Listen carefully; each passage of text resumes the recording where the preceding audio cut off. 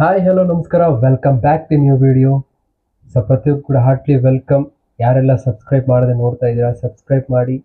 ಈ ವಿಡಿಯೋದಲ್ಲಿ ನಿಮಗೆ ಕಂಪ್ಲೀಟ್ ಆಗಿ ಹೌ ಟು ಸ್ಪಾನ್ಸರ್ಸ್, ನಿಮ್ಮ ID ನಂಬರಲ್ಲಿ ಯಾವ ರೀತಿ ಸ್ಪಾನ್ಸರ್ ಮಾಡೋದು, ಹೊಸ ವ್ಯಕ್ತಿಗಳನ್ನು ನಿಮ್ಮ MC ನಂಬರ್ ಅಂಡರಲ್ಲಿ ಜಾಯಿನ್ ಮಾಡಿಸೋದು ಯಾವ ರೀತಿ, ಜೊತೆಗೆ ನಿಮ್ಮ ಟೀಮ್ ಮೆಂಬರ್ಸಲ್ಲೂ ಕೂಡ ಯಾವ ರೀತಿ ಜಾಯಿನ್ ಮಾಡೋದು ಅಂತ ಎಕ್ಸ್ಪ್ಲೇನ್ ಮಾಡಿದ್ದೀನಿ. ದಯವಿಟ್ಟು ಈ ವಿಡಿಯೋವನ್ನು ಪೂರ್ತಿಯಾಗಿ ನೋಡಿ.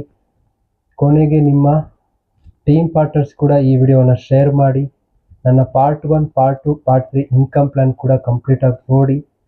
ಕಂಪ್ಲೀಟಾಗಿ ನೋಡಿದಾಗ ಇಂಟ್ರೆಸ್ಟೆಡ್ ಕೊಟ್ಟು ನೀವು ಕಲಿತು ಈ ಬಿಸ್ನೆಸ್ಸನ್ನು ಸ್ಟಾರ್ಟ್ ಮಾಡಿದಾಗ ಡೆಫಿನೆಟ್ಲಿ ನೀವು ಸಕ್ಸಸ್ಸನ್ನು ಕಾಣ್ಬೋದು. ಈ ವಿಡಿಯೋವನ್ನು ಸ್ಕಿಪ್ ಮಾಡಬೇಡಿ. ಸ್ಪಾನ್ಸರಲ್ಲಿ ತುಂಬ ಜನ ಮಿಸ್ಟೇಕ್ ಮಾಡ್ತಾರೆ, ಅದಕ್ಕೋಸ್ಕರ ಈ ವಿಡಿಯೋವನ್ನು ಮಾಡ್ತಾ ಇದ್ದೀನಿ. ಈ ವಿಡಿಯೋದಲ್ಲಿ ಕಂಪ್ಲೀಟ್ ಸ್ಟೆಪ್ಸನ್ನು ಎಕ್ಸ್ಪ್ಲೇನ್ ಮಾಡಿದ್ದೀನಿ. ಸ್ಟೆಪ್ ಬೈ ಸ್ಟೆಪ್ಸ್ ನೋಡಿ. Thank you so much. ಈ ವಿಡಿಯೋದಲ್ಲಿ ನಿಮಗೆ ಯಾವ ರೀತಿ ಸ್ಪಾನ್ಸರ್ ಮಾಡೋದು, ಹೊಸ ವ್ಯಕ್ತಿಯನ್ನು ಸ್ಪಾನ್ಸರ್ ಮಾಡುವಂತಹ ಕಂಪ್ಲೀಟ್ ಸ್ಟೆಪ್ಸನ್ನು ತಿಳಿಸ್ಕೊಡ್ತೀನಿ. ಫಸ್ಟ್ ಆಫ್ ಆಲ್, ನಿಮ್ಮ ಹತ್ರ ಮೋದಿಕೇರ್ ಅಪ್ಲಿಕೇಶನ್ ಇಲ್ಲ ಅಂತಂದರೆ ಇನ್ಸ್ಟಾಲ್ ಮಾಡ್ಕೊಳ್ಳಿ. ಈ ರೀತಿ ಆ್ಯಪ್ ಓಪನ್ ಆದಾಗ ರಿಜಿಸ್ಟರ್ ಅಂತ ಕೆಳಗಡೆ ಬರುತ್ತಾ ಆಪ್ಷನನ್ನು ಕ್ಲಿಕ್ ಮಾಡಿ. ನೀವು ಹೊಸ ವ್ಯಕ್ತಿಗಳನ್ನು ಜಾಯಿನ್ ಮಾಡಿಸ್ಬೇಕು ಅಂತಂದರೆ ರಿಜಿಸ್ಟರ್ಗೆ ಕ್ಲಿಕ್ ಮಾಡಿ. ರಿಜಿಸ್ಟರ್ ಕ್ಲಿಕ್ ಮಾಡಿದಾಗ advisor and prepared customers, so ಇಲ್ಲೇ ಕೊಟ್ಟಿದೆ ಯಾವ್ದಾವ್ದು ಬೆನಿಫಿಟ್ಸ್ ಇದೆ. ಅಡ್ವೈಸರ್ಗೆ ಏನು ಬೆನಿಫಿಟ್ಸ್ ಇದೆ, ಪ್ರಿಪೇರ್ಡ್ ಕಸ್ಟಮರ್ಸ್ಗೆ ಏನು ಬೆನಿಫಿಟ್ಸ್ ಇದೆ. ನೀವು ಯಾರನ್ನಾದರೂ ಹೊಸ ವ್ಯಕ್ತಿಗಳನ್ನ ಜಾಯಿನ್ ಮಾಡಿಸುವಾಗ ಅಡ್ವೈಸರ್ ಆಗಿ ಜಾಯಿನ್ ಮಾಡಿಸಿ.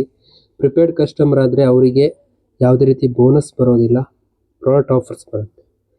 ಸೊ ನೆಕ್ಸ್ಟ್ ಕೊಟ್ಟಾಗ ಸ್ಪಾನ್ಸರ್ MA ನಂಬರ್ ಅಂತಂದರೆ ಯಾರ ಕೆಳಗಡೆ ಸ್ಪಾನ್ಸರ್ ಮಾಡ್ತೀರಿ. ನಿಮ್ಮದೇ ಲೀಡ್ ಆಗ್ತಿದ್ರೆ ನಿಮ್ಮ ಕೆಳಗಡೆ ಸ್ಪಾನ್ಸರ್ ಮಾಡಬೇಕು, ನಿಮ್ಮದೇ ಪ್ರಾಸ್ಪೆಕ್ಟ್ ಅಂತಂದರೆ ನಿಮ್ಮ MC ನಂಬರ್ ಅಥವಾ ನಿಮ್ಮ ಮೊಬೈಲ್ ನಂಬರಲ್ಲಿ ಹಾಕಿ ಸರ್ಚ್ ಕೊಟ್ಟರೆ ನೇಮ್ ಬರುತ್ತೆ.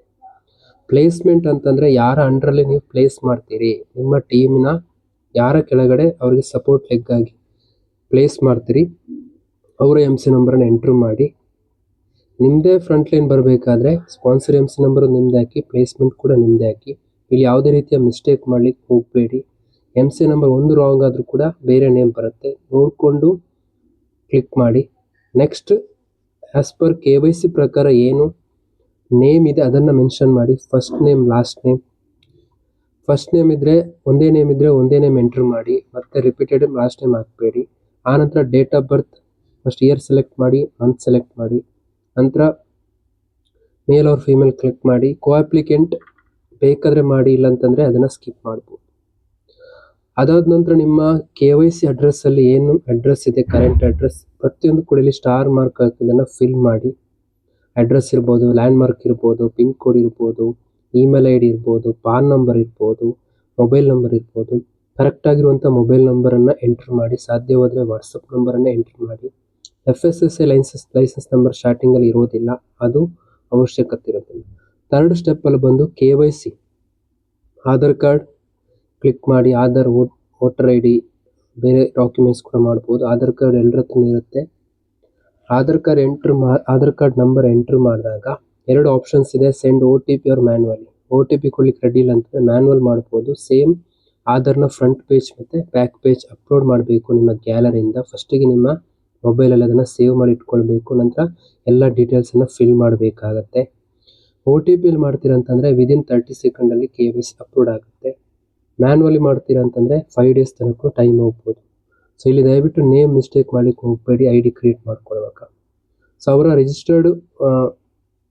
ರಿಜಿಸ್ಟರ್ಡ್ ಆಧಾರ್ ನಂಬರಿಗೆ OTP ಬರುತ್ತೆ, ಅದನ್ನು ಹಾಕಿ ಸಬ್ಮಿಟ್ ಕೊಡಿ. ಸಬ್ಮಿಟ್ ಕೊಟ್ಟಾಗ ಅಪ್ಲೋಡ್ ಆಗುತ್ತೆ. ಫೈನಲ್ ಸ್ಟೆಪ್ಸ್ ಬಂದು ನೆಫ್ಟ್ ಅಂತಂದರೆ ಬ್ಯಾಂಕ್ ಡೀಟೇಲ್ಸ್, ಕರೆಕ್ಟಾಗಿರುವಂಥ IFSC ಕೋಡನ್ನು ಹಾಕಿ. ಯಾವ ಬ್ಯಾಂಕ್, ಯಾವ ಬ್ರ್ಯಾಂಚ್ ಅಂತ ಮೆನ್ಷನ್ ಆಗುತ್ತೆ IFSC ಕೋಡ್ ಹಾಕಿದ ತಕ್ಷಣ. Next, advisor name in bank account ಅಂತಂದರೆ ಪಾಸ್ಬುಕ್ಕಲ್ಲಿ ಏನು ನೇಮ್ ಇದೆ ಅದನ್ನೇ ಎಂಟ್ರ್ ಮಾಡಿ. ID ಕ್ರಿಯೇಟ್ ಮಾಡೋಗೊಂದು ಬೇರೆ ನೇಮ್ ಹಾಕಿ, ಇಲ್ಲಿ ಬೇರೆ ನೇಮ್ ಹಾಕಬೇಡಿ, ರಿಜೆಕ್ಟ್ ಆಗುತ್ತೆ. ಅಕೌಂಟ್ ನಂಬರನ್ನು 2 ಟೈಮ್ಸ್ ಕನ್ಫರ್ಮ್ ಮಾಡಿ ಎಂಟರ್ ಮಾಡಿ. ಅದಾದ ನಂತರ ಅವರ ಪಾಸ್ಬುಕ್ನ ಫ್ರಂಟ್ ಪೇಜ್ ಅಥವಾ ಕ್ಯಾನ್ಸಲ್ಡ್ ಚೆಕ್ಕನ್ನು ನಿಮ್ಮ ಗ್ಯಾಲರಿಯಿಂದ ಅಪ್ಲೋಡ್ ಮಾಡಿ. ಸೊ ಅಪ್ಲೋಡ್ ಮಾಡಿದಾಗ ನೆಕ್ಸ್ಟ್ ಸಬ್ಮಿಟ್ ಕೊಟ್ಟಾಗ ಸಕ್ಸಸ್ಫುಲ್ಲಿ ರಿಜಿಸ್ಟರ್ ಅಂತ ಬರುತ್ತೆ.